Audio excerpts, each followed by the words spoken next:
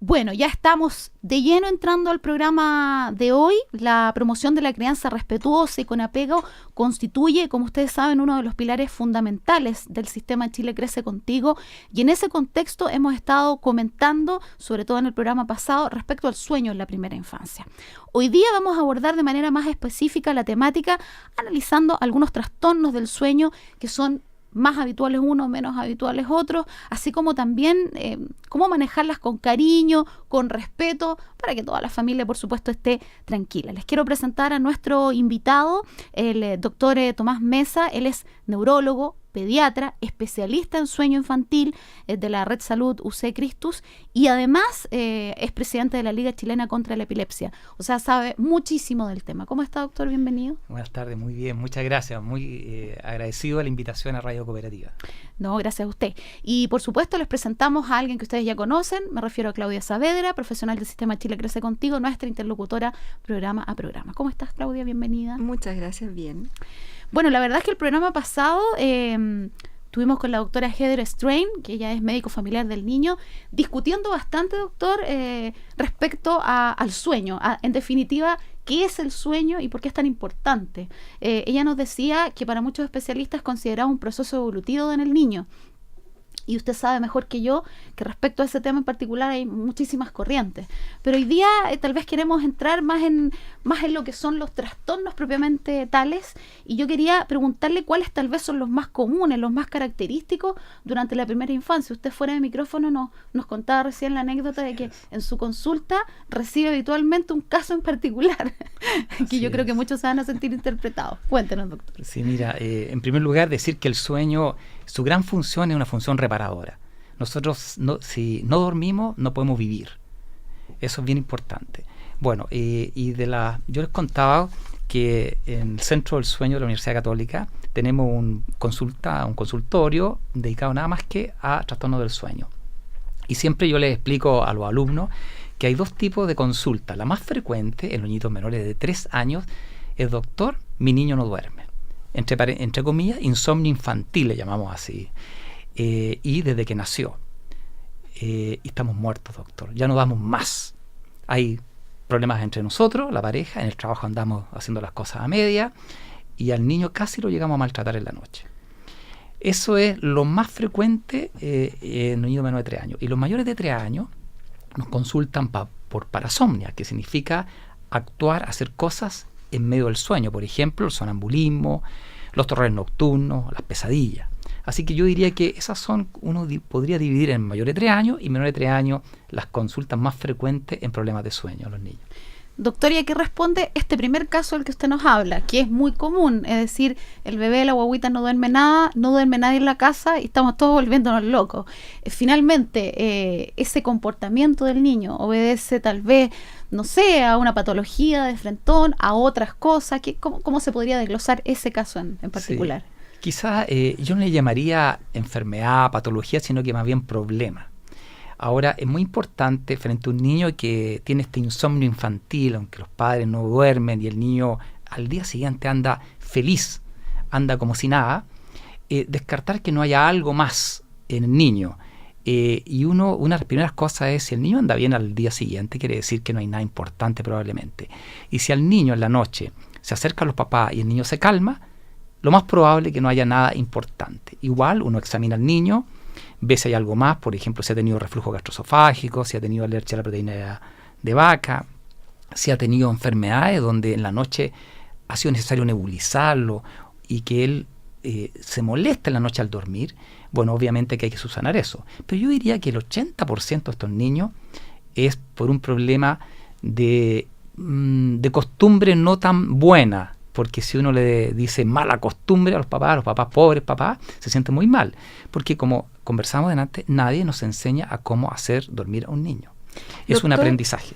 Ahí me queda entonces como una inquietud a propósito de lo que decía Daniela. En el fondo, esta primera consulta de niños menores de 3 años, pregunto, ¿es que los papás consultan porque efectivamente hay dudas respecto de cómo se lleva el proceso del sueño, más que porque efectivamente hay algo que está mal en el niño? ¿Sí? Sí, en general ellos no saben muy bien y temen que este dormir mal sea por alguna razón, y segundo, que no lo haga crecer como debe crecer. Esas son las grandes dos dudas de los papás. Ok, claro, porque a propósito del descanso, a uno siempre le han como inculcado, ¿no?, que uno repara con el sueño y por lo tanto los niños especialmente crecen mientras duermen. Eso Así es como es, dice que la hormona de crecimiento sube a los niveles durante el sueño. Eso es clásico y está comprobado. Ajá. Pero la verdad es que en estos niños yo no he visto mucho que les afecten eso, porque el poco tiempo que duermen lo duermen muy bien. Por lo tanto, yo diría que hay un temor. Y fíjate, cuando uno le dice a los papás que de estos niños que duermen muy mal en la noche, su niño es sano, estamos en el 50% del manejo y del despeje de inquietud de los papás hecho. Uh-huh. Porque los papás dicen, bueno, entonces a lo mejor es algo que no hemos sabido llevar nosotros. Y ahí entonces comienza uno a revisar qué es lo que hacen en el día, qué hacen en el momento en que se va a dormir y qué hacen en medio de la noche. Yo lo divido en esas tres partes. Y analizamos cada una de esas tres partes para ver en qué podemos mejorarla si es que está mal. ¿Y cuál diría usted, doctor, que son tal vez los errores más comunes que detectan ustedes?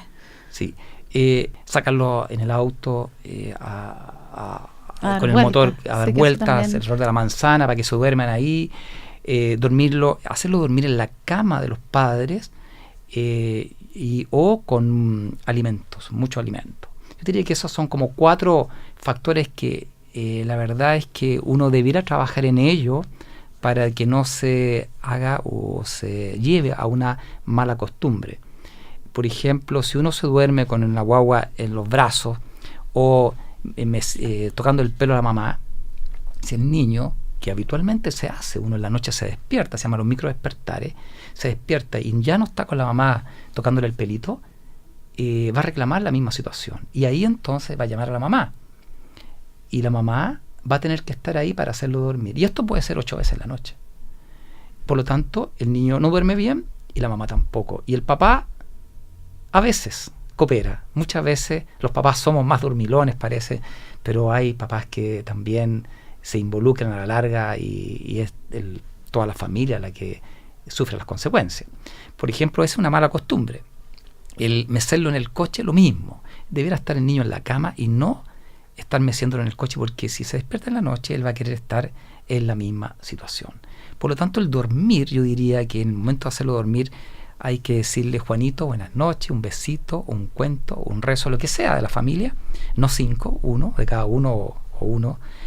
Y el niño que se quede dormido con eso. Las recomendaciones están pensadas para niños un poco más grandes, porque una de las cosas que comentábamos la semana pasada tiene que ver con que si una familia decide, ¿sí?, que efectivamente hay un rito de sueño que le gusta hacer con su hijo, que disfruta hacer con su hijo y que para ellos no es un problema, la decisión de ese ritual queda en la familia, en definitiva. Absolutamente, ¿cierto? Si a la familia no le incomoda. En el fondo, cuando aparece el problema, cuando la mamá o el papá señala, ¿no?, que está teniendo dificultades él mismo para conciliar el sueño, porque a veces parece que ni siquiera es problema del niño. En el fondo, a propósito del mismo ejemplo que usted ponía al inicio, ¿no?, el niño al otro día anda contento, está bien, parece que durmió reparadoramente, pero parece que empieza a ser un problema cuando los adultos se ven afectados por esta situación. Absolutamente. Si yo les digo a los papás me dicen muchas veces, yo no quiero que el niño duerma con nosotros porque nos despierta toda la noche, patalea toda la noche y nos acorrala toda la noche. Está bien, 1 día, 2, 3 noches, pero ya cuando es todo el año, estamos muertos. Entonces, si los papás me manifiestan eso, hay que hacer algo. Pero hay papás que dicen, bueno, nos compramos una cama de king y no dormimos felices. Y yo le digo, entonces no hay que modificar nada, porque el niño a los 4 años, 5, se va a ir de su solito, pieza. claro. De todas maneras, va a ir solo. Pero yo diría que la mayor parte de las familias chilenas, las americanas también, solicitan poder solucionar este problema. Yo diría, ¿por qué? Porque al otro día tienen que trabajar, tienen que hacer... Estamos en un mundo occidentalizado donde es necesario, yo diría que ordenarse. Yo diría que mucho, como tú dices, más que el niño, el problema del niño es un problema del entorno y sobre todo de la familia, de los padres. Ahora, hay niños que uno ya sabe que van a ir un síndrome de déficit atencional porque son niños que tienen el sueño alterado. Eso es importante de repente poder saber que ese niño va a ser más insoportable para el sueño, va a ser más difícil de manejar para el sueño, por lo tanto el trato va a ser un poquito diferente. Y a la larga, cuando uno ve a algunos de los niños con síndrome de déficit atencional y revisa la historia para atrás, son niños que nunca durmieron bien. Luego vino la hiperactividad, luego vino la desconcentración y la impulsividad. Pero no todo, yo diría que la mayoría no. Y la mayoría, en la experiencia de nosotros, yo diría que un 80% de las familias donde hemos revisado el hábito y poniéndole algunos puntos sobre la I en los hábitos, han andado fantásticos. Y me han dicho, oiga, volvimos a los 18 años para dormir. O sea, volvimos a dormir bien. Uh-huh. Pero por eso es que es muy importante la revisión por su pediatra, para que vea si no hay otro problema, ¿no es cierto? Unos papás seguros del sueño, sin también muchos espantacucos, con luces prendidas, sin alimentarlo en medio de la noche, porque alimentar a un niño en medio de la noche significa que tú vas a activar el intestino y también vas a llenar la vejiga. Entonces al final el niño va a tener un sueño interrumpido por su hábito alimentario, que a la larga le va a estar perjudicando el reposo. Nosotros en el sueño tenemos el metabolismo bajo, todo lo que es alimentación está disminuido, la secreción de muchas hormonas y muchas secreciones intestinales, por lo tanto no es el momento para alimentar. Y eso hace que uno altere el sueño. Bueno, es complejo conciliar, digamos, posiciones en este sentido. De hecho, Camila Betancourt, nuestra periodista, doctor, preparó una nota que consiste en cómo ayudar a los niños a dormir mejor. Son 10 consejos prácticos. Queremos escucharla con usted y discutirla un poco después también, porque obviamente es difícil buscar un parámetro, un solo parámetro. Vamos a escuchar esas recomendaciones y ya seguimos el diálogo aquí en Creciendo Juntos. Muchas veces los padres tienen problemas para hacer dormir a sus hijos. Es por eso que en Creciendo Juntos les entregamos 10 consejos prácticos de cómo ayudar a los niños a dormir mejor. Tengo una rutina diaria para ir a la cama. Por ejemplo, comida, baño caliente, un cuento y minutos de regaloneo. Asegúrese que esta rutina sea un momento rico y relajado para usted y para su hijo o hija. Ponga a su hijo o hija en la misma cama todas las noches y acompáñelo si él o ella lo necesita. Póngalo en la cama antes que esté totalmente dormido. Asegúrese que tenga un chupete, un tuto, un animal de peluche o cualquier objeto que lo reconforte si se despierta a mitad de la noche y consuélelo o consuélela si se despierta acogiéndolo y acompañándolo. Déjelo mecer y balbucear y si quiere llorar, consuélelo. Evite excesiva estimulación visual, especialmente de televisión, antes de ir a dormir. Evite alimentos que contengan mucha azúcar y cafeína antes de ir a dormir y cualquier situación que fomente la ansiedad. No insista en que su hijo o hija se quede dormido de inmediato. En general, los niños demoran alrededor de media hora en quedarse dormidos. Durante esos minutos, hágale cariño y estimule actividades que lo ayuden a relajarse. Y por último, asegúrese que los niveles de ruido en el resto de la casa no estén muy elevados cuando su hijo o hija tenga que dormir. Bueno, la verdad es que si hay algo difícil es cuando uno escucha toda suerte de consejos, lo digo por experiencia propia, mis hijos ya están más grandes, pero cuando nacieron escuché toda suerte de cosas. Déjalo llorar en la noche, no, consuélalo, mira, no, en realidad es mejor que esté todo en silencio en la casa, no lo acostumbres a tanto silencio porque después el niño cualquier ruido se va a despertar. Uno al final dice, por Dios, ¿a quién le hago caso? Son demasiadas instrucciones al mismo tiempo. ¿Qué podemos comentar de estas recomendaciones que escuchábamos aquí en la nota, doctor? Como por ejemplo, usted mencionaba algo de evitar alimentos que contengan mucho azúcar, etcétera. Mira, yo diría que básicamente sentido común, eso es lo que prima. Nosotros, nadie nos enseña a hacer dormir a los niños. Uno va aprendiendo. Primero, saber que es un momento reparador, que es muy importante. Segundo, que no se debe alimentar a los niños, que no se debe sobreestimular a los niños en la noche, y que hay que ir seteándolo o preparando cómo debe ser el sueño. Eso quiere decir que tener la seguridad, tener la confianza, transmitirle eso a los niños, que deben dormir bien. Y yo diría que hay muchos consejos que le van a dar a usted o a la gente. Yo creo que el sentido común es el que prima y ninguna cosa exagerada. Uno se da cuenta de eso y los padres también. Pero yo te diría que mucho show, todos los aparatajes hoy día que están saliendo los niños mayores, por ejemplo, que le están quitando las horas de sueño, se están durmiendo a las 12 con los iPad, con los tablets, ¿cierto? Eso estamos hablando de niños mayores. Los niños ya chicos están empezando también. Son cosas que uno evidentemente sabe que no deberían hacer. Lo difícil es combatirlas, porque es la hora de que las redes sociales uno se comunica. Y bueno, y los niños más chicos, yo diría que, claro, si es un niño que es irritable, hacerlo ver por su pediatra en la noche, y si no, llegar a tener las muy simples cosas, como hacerlo dormir siempre a una hora, darle una confianza, y luego, si despierta en la noche, tratar de hacer lo menos posible de sobreestimulación, porque si uno lo estimula prendiendo luces y despertándolo, de alguna manera, el niño se va a acostumbrar a que siempre le hagamos lo mismo, hasta mínimo los 4 años. Bueno, ya hemos hablado con el doctor de los casos de las guaguitas más pequeñitas. Vamos a ir a comerciales ahora. Después de eso vamos a compartir un poco más con el doctor lo que se refiere a los niños sobre los 3 años. Ahí es otro el caso. Y ya vamos a tener oportunidad de conversar muchísimo sobre eso. Es momento de ir a comerciales. Ya continuamos con Creciendo Juntos. Antes, un mensaje muy importante para ustedes. Bueno, doctor, hablábamos de los bebés pequeños y lo que pasa... los más chiquititos, pero ¿qué pasa con los niños sobre 3 años? Usted decía, ahí es más común la parasomnia. ¿Qué es la parasomnia y cuáles son a lo mejor los problemas más frecuentes en ese caso?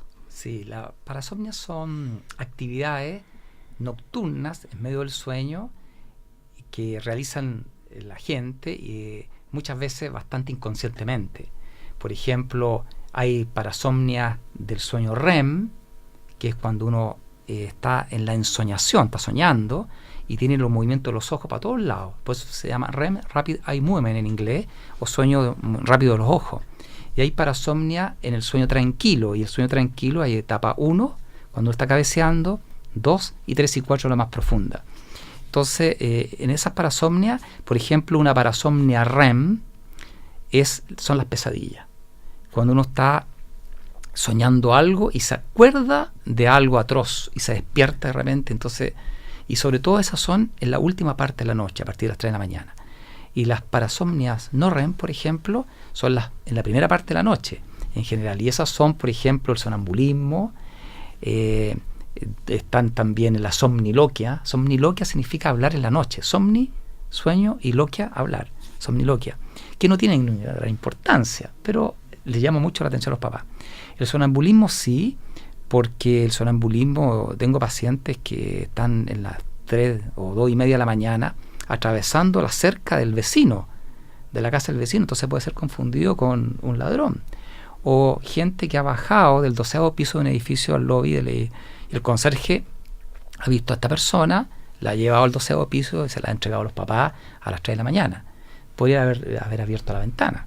Entonces, son las parasomnias, fenómenos muchas veces tienen que ver con la herencia, esta del sonambulismo, y básicamente lo que hay que hacer es resguardar las puertas, dormir con una cierta alarma, digamos, que sepan los papás que está circulando, y básicamente cerrar bien las ventanas, la gente que tiene alarma y duerme con alarma, estupendo, o una campanillita para saber dónde está. Hay otros como son los terrores nocturnos, que también es una parasomnia no REM.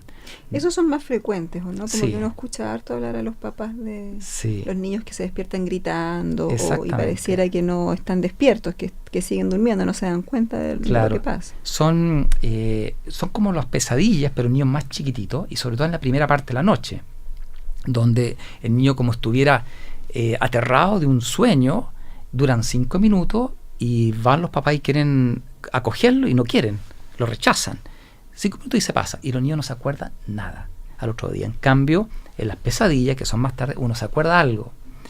Y la diferencia es que uno, el tono muscular, la fuerza, los terrores nocturnos uno la tiene activa. En cambio, en las pesadillas uno no tiene la fuerza, el tono para actuar. Por eso que es un mecanismo de defensa. Bueno, y así hay otros fenómenos que diferentes, pero yo diría que las más frecuentes son esas dos. Hay otros que son los movimientos rítmicos nocturnos, que es una parasomnia más bien no REM, donde la persona empieza a cabecear. Todo pueden ser media hora, o se pone en cuclillas y se empieza a mover en cuclillas durante una media hora.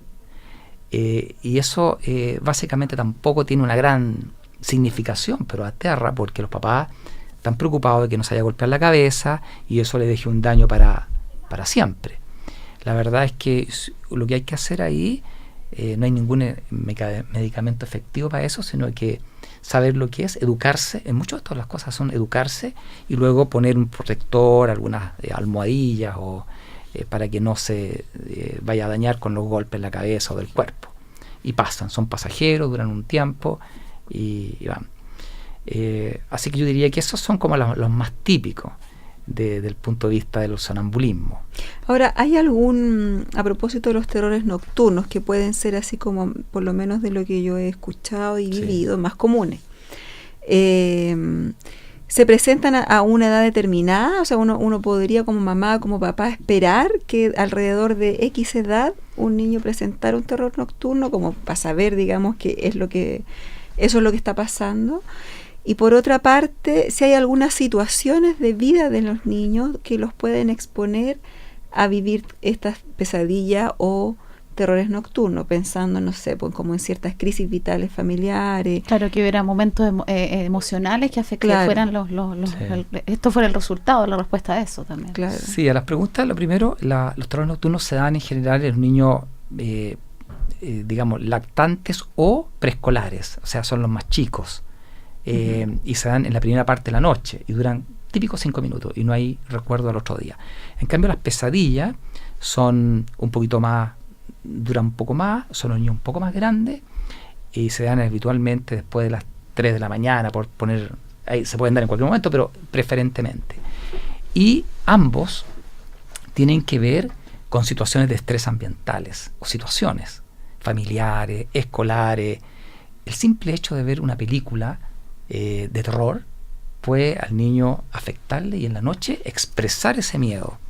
Así que cuando uno ve un terror nocturno, pesadilla, uno tiene que, aparte de enseñar a los papás lo que es, ir a saber cuál es la causa, el estrés que le está provocando esto. Como te decía, puede ser escolar, familiar o de películas que de la vida misma. Así que es bien importante eso, ¿eh? Cambio de casa, hay una nana que está y se fue, por ejemplo. Así que es verdad, es cierto, hay edades diferentes y hay causas que muchas veces son estrés ambientales. Hay una otra complicación también importante del sueño que se da en los escolares, que es bien interesante porque es una patología que consiste en cataplexia, que es caerse frente a un chiste, como Condorito Plop, frente a una situación de estrés brusca, se caen, o cuando están despertando en la mañana no se pueden movilizar, se llama parálisis del sueño, que a todos nos puede haber pasado alguna vez, pero ellos frecuentemente, o que empiezan a tener alucinaciones en la mañana cuando están despertando, ven cosas y todo. Y por otro lado, en el día, aparte de esas 3 cosas, son muy dormilones en el día. Se ponen frente a la pantalla de televisión y se duermen. Se suben al auto, se duermen. Y ustedes saben lo que es eso, ¿no? ¿Estás durmiendo durante el día? Sí. Cuando es terrible. O sea, cuando yo tenía mis guaguitas chicas me pasaba eso, que el día andaba muerta de sueño, pero realmente es desesperante porque uno quiere mantener los ojos abiertos, pero no puede. Eso se llama narcolepsia. La narcolepsia, fíjate, son gente dormilona, duerme todo el día a pesar de que haya dormido 12 horas y además tienen esas 3 cosas más, que la cataplexia, que es caerse frente a situaciones de bruscas, de sorpresa, las alucinaciones visuales y en la mañana las parálisis de sueño. Y eso, fíjate, no deja de ser infrecuente, sobre todo en los escolares y adolescentes. Y esto es algo genético y tiene tratamiento.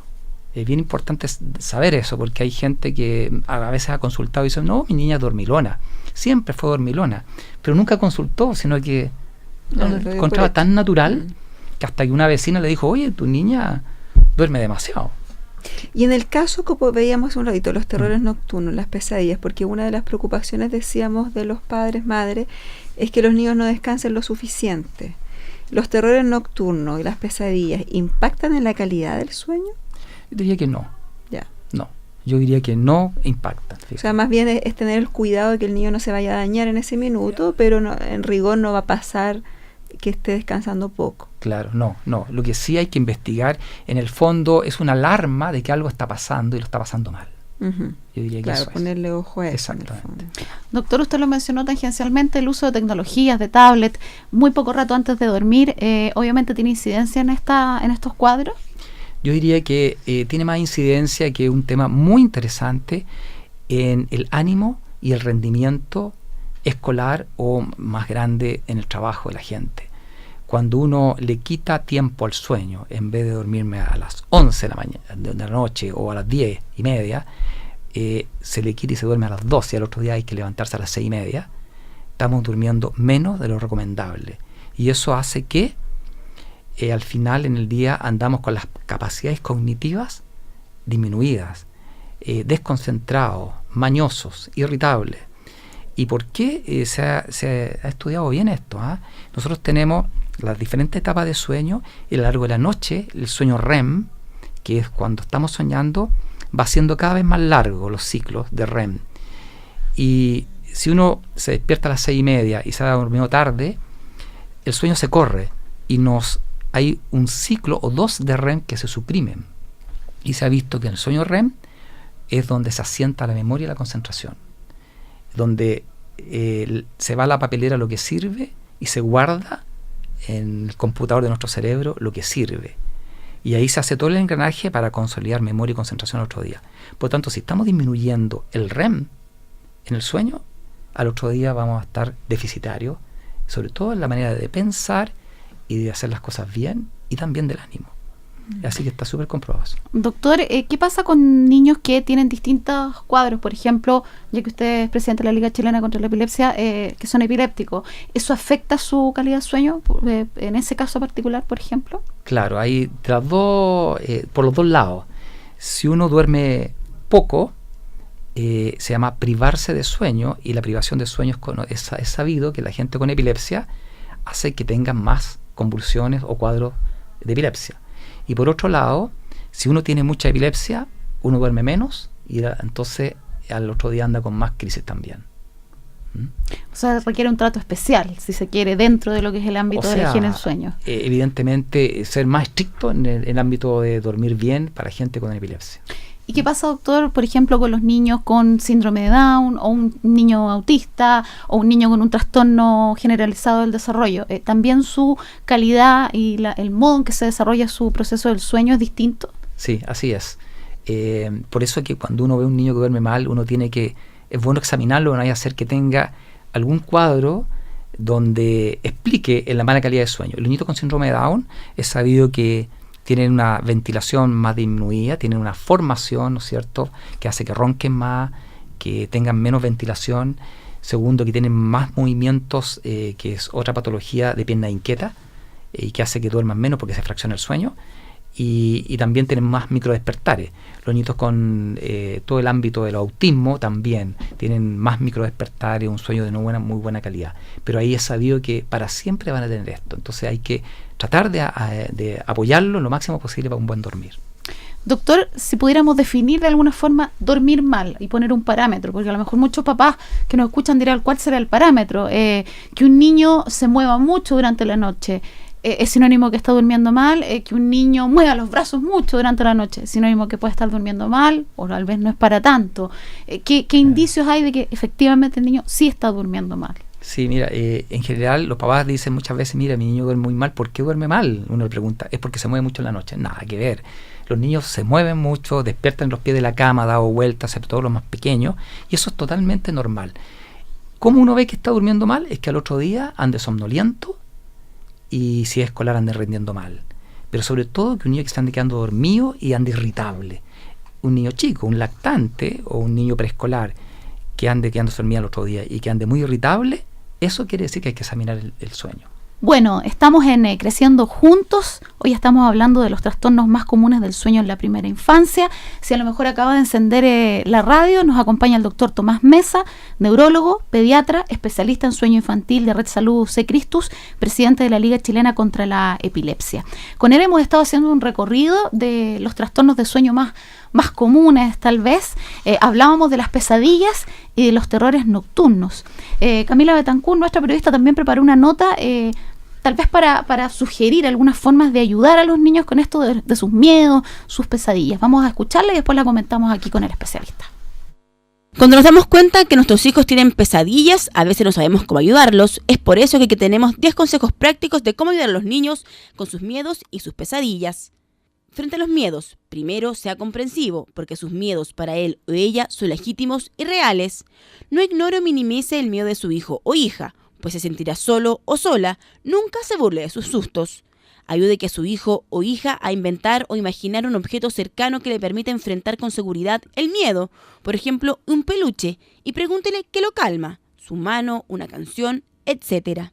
Acepte los miedos de sus hijos como algo real para ellos. Diga, por ejemplo, ¿es cierto que la oscuridad a veces da miedo? ¿Necesitas una linterna para la noche? No fuerce a su hijo o hija a pasar situaciones que temen. Eso no ayudará a superar el miedo, muy por el contrario, lo pueden agudizar. Y en caso de pesadillas y terrores nocturnos, haga que la rutina antes de dormir sea placentera y relajada.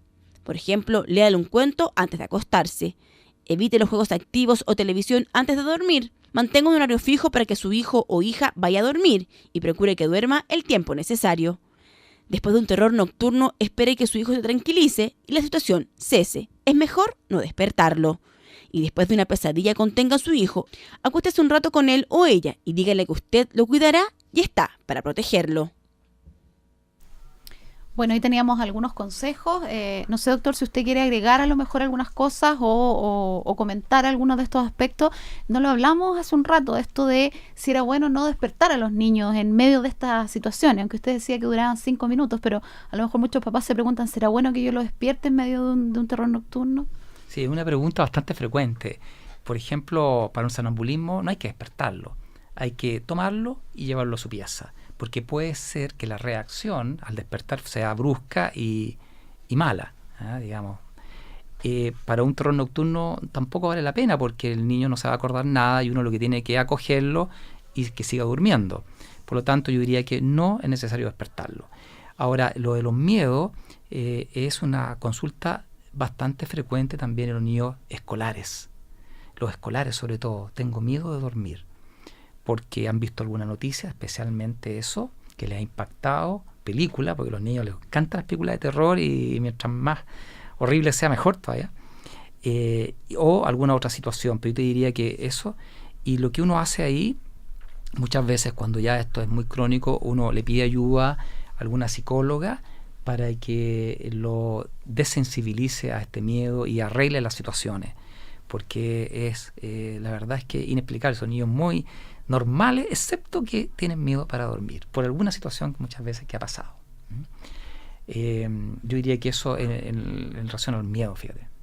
Doctor, es muy común que entre los adultos se hable de esto de, mira, yo con muy poquitas horas de sueño tengo suficiente. No, mira, yo en realidad necesito dormir muchas horas, si no, no funciona al día siguiente. ¿Esto también corre para los niños? ¿También puede haber niños que en edad preescolar con poquitas horas de sueño tengan suficiente? ¿O ahí sí que se debe cumplir esto de tantas horas de sueño, 10 horas de sueño, 9, 8, no sé, 12?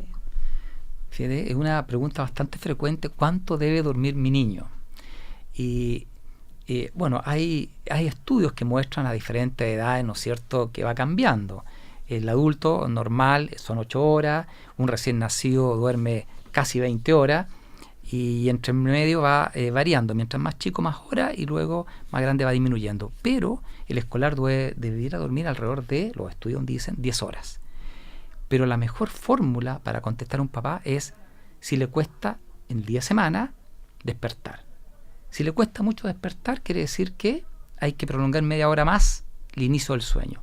Y si sigue costando despertar, otra más. Ahora sí, obviamente que no se puede solucionar el problema, hay que consultar, porque a lo mejor hay otra cosa. Pero yo diría que la mejor manera es en la mañana, al despertar, si es muy difícil hacerlo levantar. En el caso de eneuresis nocturna, por ejemplo, muchas veces se le relaciona con problemas emocionales, pero también hay casos en los cuales su base se encuentra en problemas físicos, maduración de sistemas biológicos, etcétera. ¿Nos podría contar un poco qué es la eneuresis nocturna? ¿Cuál es la diferencia sutil tal vez que se marca? Perfecto. Eneuresis nocturna es orinarse en la noche. Y hay dos tipos de enuresis nocturna. Una es la enuresis primaria, que quiere decir que no hay una causa especial, sino que algo genético. El papá o la mamá se orinaron hasta los 15 años. Incluso hay un 1% de los adultos que pueden orinarse ya adultos. Y esto muchas veces se relaciona con la predisposición a una cierta inmadurez.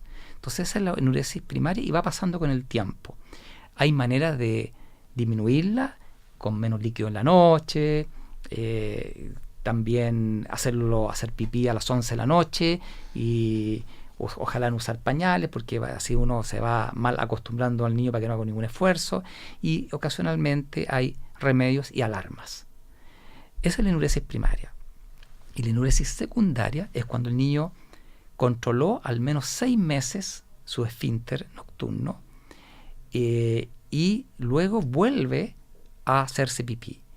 Y eso muchas veces, la mayor parte, obedece a alguna situación estresante, ya sea familia, escolar u otra. ¿Son fundamentales las rutinas, doctor, para pensar en una buena higiene del sueño? Fundamentales, porque en el fondo es setear el sueño como a adaptarlo a la situación, siempre eso sí acompañado de los elementos fisiológicos, que es decir, los elementos normales, que es cierto horario. Acuérdense que nuestro cuerpo está comandado por una serie de hormonas, una serie de ciclos. Y la melatonina, por ejemplo, es la hormona que aumenta al momento que está ya oscureciendo, y eso nos incita a dormir. Por lo tanto, esa es la mejor manera de prepararse, ambientarse, bajar los niveles de los decibeles de la casa, los sobreestímulos, para prepararse a ir a dormir. Porque no se puede llegar y a la cama, ponga la cabeza en la almohada, apaguemos la luz y duerma. No, hay que prepararse para. Y todo el metabolismo baja, por lo tanto yo diría que adosarse a lo normal del sueño en la parte ambiental, y eso significa rutina. Así que creo firmemente en la rutina, adecuándola a nuestro organismo, a la función normal de nuestro organismo. Usted hablaba de la melatonina. En un par de reportajes he leído que hay personas a las cuales se les suministra la melatonina para mejorar la calidad del sueño. ¿Puede ocurrir también en los niños o no, en general no se prescribe? Sí. Acaba de salir un reporte de los especialistas en sueño europeo, donde ellos analizan el gran uso de la melatonina que se está haciendo. Porque hoy día no es lo mejor, evidentemente, tener que administrar un medicamento, ¿no es cierto?, una hormona artificial, pero se usa muchas veces para poder suplir este sobreestímulo que tenemos hoy día en el mundo, y no es tan peligrosa la melatonina, pero hay que saberla administrar, y se usa en niños muy pequeños también. Muy bien, ha sido muy interesante la conversación. Hemos aprendido muchísimo en el programa pasado y en este sobre los trastornos del sueño, la higiene del sueño, lo que implica el sueño como proceso. Le queremos agradecer al doctor Tomás Mesa, que es neurólogo, pediatra, especialista en sueño infantil de la Red Salud UC Christus, que además se ha hecho un espacio entre sus pacientes para venir a vernos. Así que le agradecemos por la visita, doctor. Muchas gracias, y a ustedes también, y a Radio Cooperativa también, muy amable. Bueno, le agradecemos también a Claudio Saavedra, profesional del Sistema Chile Crece Contigo, que también nos acompañó hoy día. Claudio, hasta el próximo programa. Hasta la próxima. Y bueno, no me queda más que despedirme y recordarles, por supuesto, la página web del Sistema Chile Crece Contigo, www.crececontigo.gov.cl, una página que es bastante interactiva, donde ustedes pueden además encontrar este y otros programas de la temporada de este año. Si es que se quedaron curiosos con algún tema, en fin, lo pueden volver a escuchar ahí. También en el sitio web de Cooperativa, www.cooperativa.cl. Si ustedes ingresan, van a encontrar el mini sitio del programa Creciendo Juntos, y por supuesto está nuestro correo electrónico creciendo@cooperativa.cl, donde estamos abiertos a recibir todas sus opiniones, sus críticas, sus consultas. Será hasta la próxima. Chao.